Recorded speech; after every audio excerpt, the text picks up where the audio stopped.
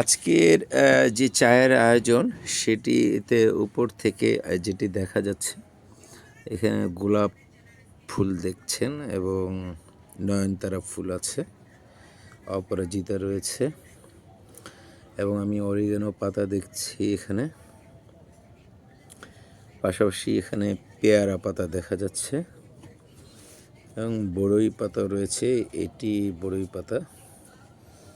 এবং এই পাশটিতে দুধিয়া পাতা রয়েছে এবং সজনে পাতা মেবি রয়েছে একদম তলানের দিকে, এদিকটাতে দেখা যাচ্ছে সজনে পাতা রয়েছে। তো মূলত বন্ধুরা, এটি একটি ঔষধি গুণ সম্পূর্ণ চা বলতে পারেন।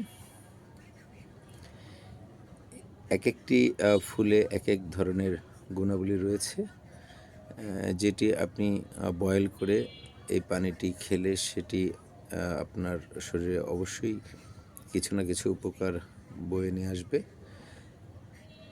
এবং আমরা খাচ্ছি, মাঝে মাঝেই ট্রাই করছি, খুবই ভালো চা। সো বন্ধুরা, আপনারা নিজের বাগানের এই ধরনের যে পাতাগুলো রয়েছে সেগুলোর ব্যবহার অবশ্যই করবেন। না জানার কারণে অনেক ফুল ঝরে পড়ে যাচ্ছে, এমনটি যেন না হয়। ভালো থাকবেন, সুস্থ থাকবেন, খোদা হাফেজ।